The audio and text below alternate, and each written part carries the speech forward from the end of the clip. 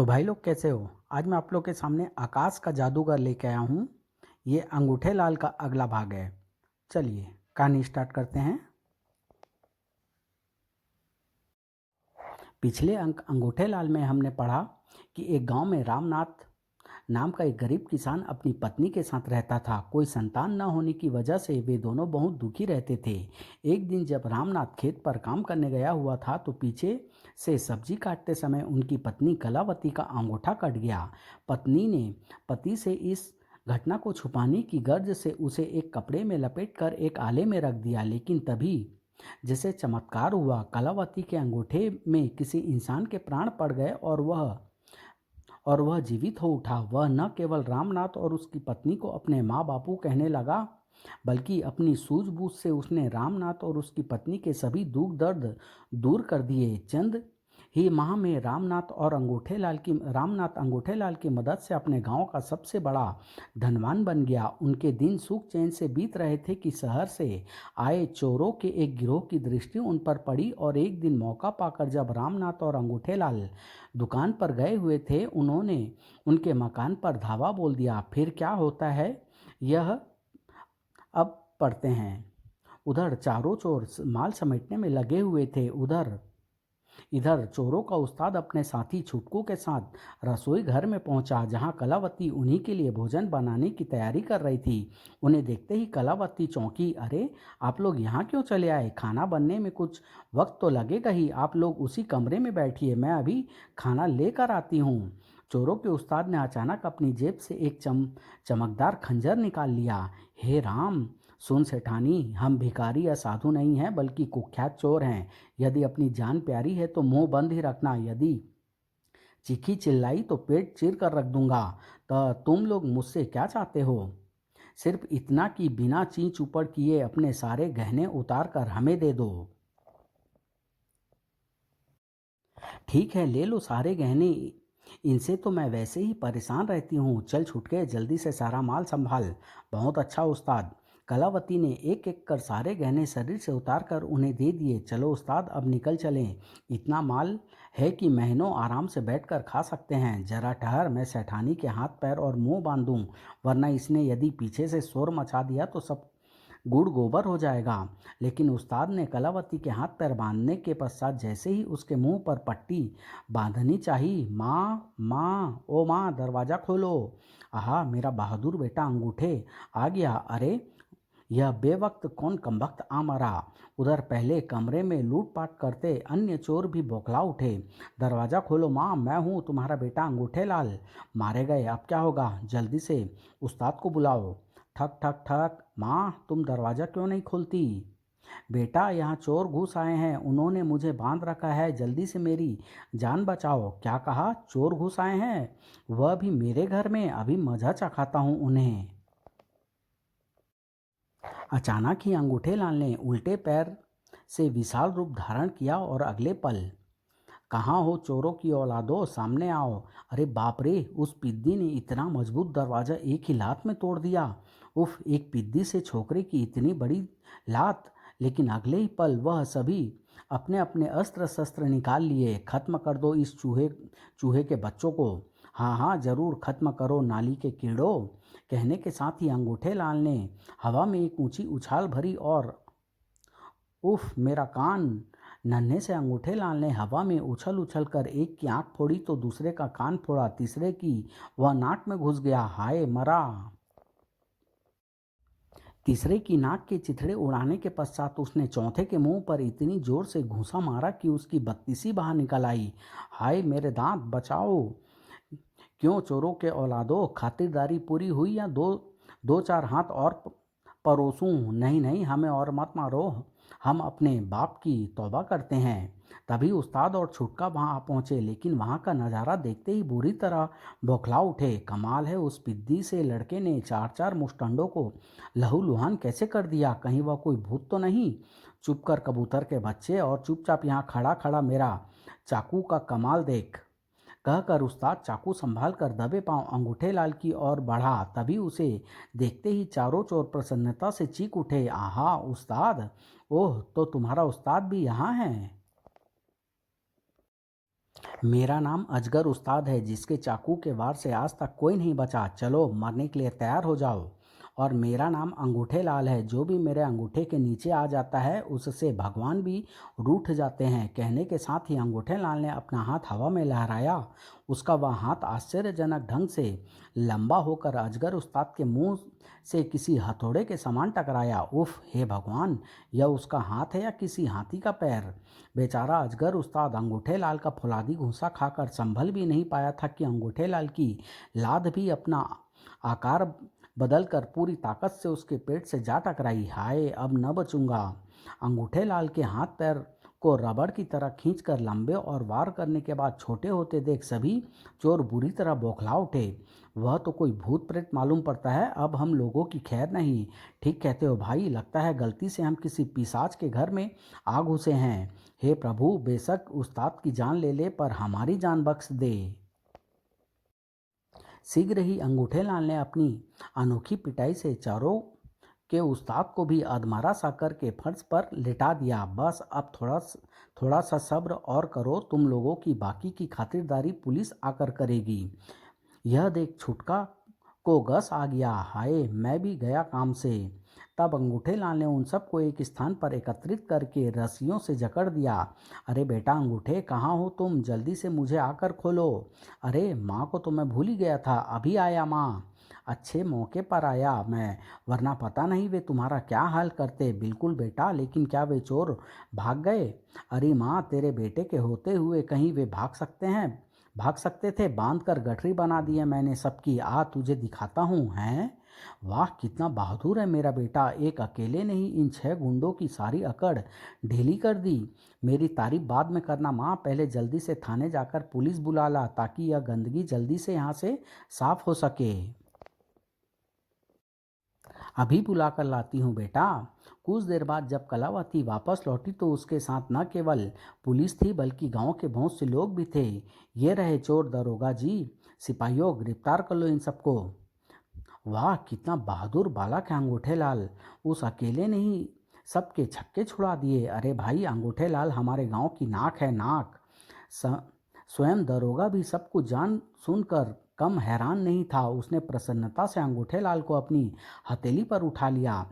बेटा, इन कुख्यात चोरों को पकड़वा कर तुमने कानून पर बहुत बड़ा उपकार किया है, लेकिन मेरी समझ में एक बात नहीं आ रही है, तुमने अकेले इन्हें पकड़ा कैसे? ऐसे? हाय दरोगा अंकल, कहीं आपको ज़्यादा चोट तो नहीं आई? नहीं आई, बिल्कुल भी नहीं आई बेटे, बस सिर्फ एक दांत ही टूटकर पेट में आ गया है। इन सबको थाने ले चलो, बाकी की कार्यवाही वहीं करेंगे। पुलिस चारों को पकड़ कर ले गई। उनके साथ साथ गांव के लोग भी अंगूठे लाल की प्रसन्नता करते हुए अपने अपने घरों को लौट गए। सबके जाने के बाद, लेकिन बेटा, तुमने यह तो बताया ही नहीं कि तुम अचानक दुकान से घर कैसे आ गए? ओह हाँ, बापू ने तिजोरी से एक कागज़ लाने के लिए भेजा था माँ, जिस पर किसी का लेन देन दर्ज है। तभी रामनाथ भी वहाँ आ पहुँचा। उसने उसने आते ही अंगूठे लाल को उठाकर अपने सीने से लगा लिया। शायद उसे सारी बात का पता चल चुका था। बेटा, चोरों को पकड़वा कर तो तुमने कमाल ही कर दिया। पूरे गांव में तुम्हारी ही बहादुरी की चर्चा हो रही है। अभी कमाल कहाँ हुआ है बापू, आगे आगे देखना मेरे कमाल पर कमाल। अब मुझे नीचे उतारो, घर का सारा सामान फिर से सजाना है। इस तरह जैसे जैसे दिन बीतते जा रहे थे, रामनाथ और उसकी पत्नी की खुशियां भी अंगूठे लाल के कारण बढ़ती जा रही थी। लेकिन कई माह बीतने के बाद एक रात जब सारा गांव गहरी नींद में सोया हुआ था, श्रीमान जी, हम उस स्थान के ठीक ऊपर पहुंच चुके हैं जिसके बारे में हमें मिस्टर आयरन एक्स ने बताया था। कोई सुरक्षित स्थान देखकर यान को नीचे उतारो। जी, बहुत अच्छा। शीघ्र ही यान गांव के एक सुनसान स्थान पर उतरा। नंबर 1, 2, 3, 4 और 5, तुम सब अपने अपने हथियार संभाल लो, हम बाहर चलेंगे। Yes commander. अगले ही पल यान में एक द्वार उत्पन्न हुआ और उसमें से 6 विचित्र इंसान किरणों की एक लिफ्ट नुमा प्लेट पर सवार हो नीचे उतरने लगे। मिस्टर आयरन एक्स, कृपया हमारा मार्गदर्शन कीजिए। रेड किंग की खोज में हमें कहाँ जाना चाहिए? यहाँ से बाएं मुड़कर 5 किलोमीटर चलो। ठीक 5 किलोमीटर तय करने के बाद दाएं मुड़ना, वहाँ एक सुंदर मकान होगा, उसी में तुम्हें रेड किंग मिल जाएगा। अपने अपने फ्लाइंग स्विच दबाओ और मेरे पीछे आओ। Yes commander. फिर उन लोगों ने अपने सीने पर लगी प्लेट में से न जाने कौन सा बटन दबाया कि वे सीधे आकाश की ओर उड़ने लगे। 200 फीट ऊपर पहुंचकर अपनी पोजीशन लेफ्ट करना। Okay commander. काफ़ी ऊंचाई पर पहुंचने के पश्चात उन्होंने अपना रुख बाईं ओर किया और हवा में तैरते हुए तेजी से आगे बढ़ने लगे। इधर गहरी नींद सोए अंगूठेलाल के दिमाग में अचानक जैसे खतरे की घंटी बजी, टन टन टन। वह तुरंत उठ बैठा। ओह, तो वे लोग मुझे खोजते हुए धरती पर आ पहुंचे हैं और इधर ही आ रहे हैं। अब तो माँ बापू से कुछ समय के लिए विदा लेनी ही होगी, वरना बेकार में यहाँ झमेला उठ खड़ा होगा। माँ माँ उठो, मेरी बात सुनो। क्या बात है बेटा, इतनी रात गए तुमने मुझे क्यों जगाया? तुम ठीक तो हो ना? मैं तो ठीक हूँ माँ, लेकिन जल्दी ही एक मुसीबत मेरे कारण तुम लोगों पर आने वाली है, इसलिए मैं कुछ दिनों के लिए आप लोगों से विदा लेने आया हूँ। जब हालात ठीक होंगे मैं फिर आ जाऊँगा।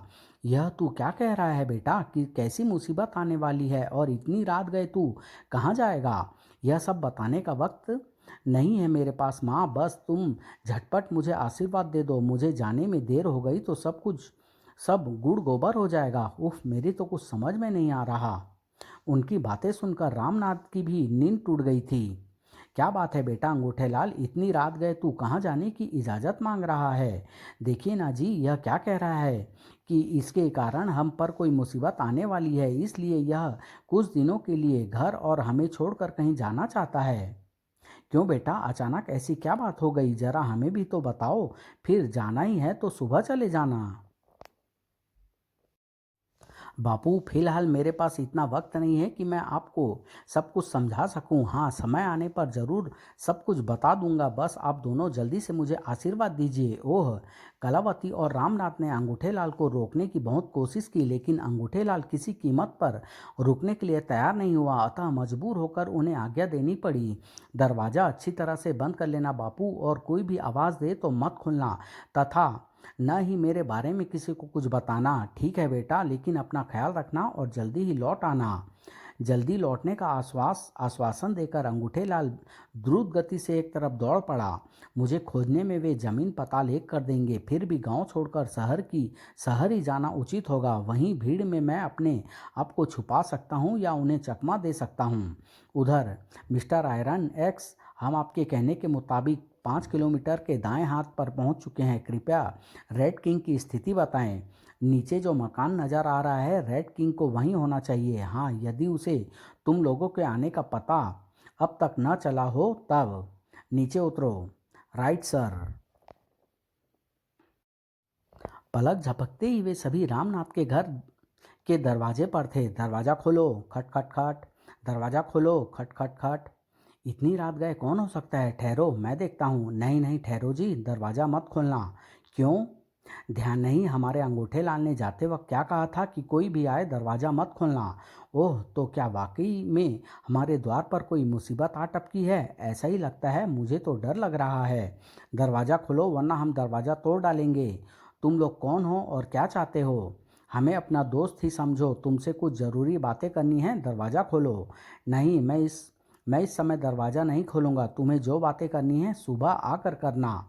लगता है ये दरवाज़ा नहीं खोलने वाले, शायद रेड किंग ने इन्हें सावधान कर दिया होगा। नंबर 1, तुम दरवाज़ा जला डालो। ठीक है। नंबर 1 ने अपनी गन सीधी करके जैसे ही ट्रिगर दबाया, हे भगवान, उन्होंने तो दरवाज़ा ही जला डाला। अब मुकाबला करने के अलावा कोई चारा नहीं। तू जरा दौड़कर मेरा डंडा ले आ। इधर कलावती डंडा लेने दूसरे कमरे में गई और इधर, ए बूढ़े, जल्दी से बता रेड किंग कहाँ है? कौन रेड किंग? यहाँ तो केवल हम मियाँ बीबी ही रहते हैं। बको मत, तुम्हारी भलाई इसी में है कि चुपचाप रेड किंग के बारे में बता दो। हमें पता चला है कि वह तुम्हारे ही घर में तुम्हारा बेटा बनकर छिपा बैठा है। मेरा बेटा बनकर? लेकिन मेरा बेटा तो मेरी पत्नी का अंगूठा है जो सब्जी काटते हुए कट गया था और अचानक उसमें जान पड़ गई थी। बिल्कुल वही वही हमारा रेड किंग है। जल्दी बताओ कहाँ है वह तो ए जी लो मैं डंडा ले, हे भगवान कौन है यह औरत? यह मेरी पत्नी है। हाँ, तुम बता रहे थे कि वह यहाँ से चला गया है, शायद तुम्हारे डर के कारण। तड़ाक, झूठ मत बोलो, सच सच बताओ वरना तुम दोनों की खैर नहीं। नहीं नहीं, ठहरो, इन्हें मत मारो, ये सच ही कह रहे हैं। हमारा अंगूठे लाल सचमुच कुछ देर पहले घर छोड़कर चला गया है। तो तुम लोग ऐसे नहीं मानने वाले। नंबर 2, खत्म कर दो इन दोनों को। रेड किंग को हम स्वयं ढूंढ लेंगे। Yes commander. लेकिन इससे पहले कि नंबर 2 उन्हें किरणों का निशाना बना पाता, कंप्यूटर बोल उठा। ठहरो नंबर 2, इन्हें मत मारो, ये वास्तव में सच बोल रहे हैं। क्या मतलब मिस्टर आयरन एक्स? यदि ये सच बोल रहे हैं तो फिर रेड किंग कहाँ गया? वह उत्तर पूर्व की तरफ गया है। यदि कोशिश करो तो वह पकड़ा जा सकता है। ओह, मेरे पीछे चले आओ जल्दी। शुक्र है भगवान का जान बची। घर से बाहर निकलते ही वे सब उत्तर पूर्व की ओर उड़ान भरने लगे। हे प्रभु, हमारे अंगूठे लाल की रक्षा करना। क्यों जी, आखिर कौन थे ये लोग और हमारे लाडले के पीछे क्यों पड़े हैं?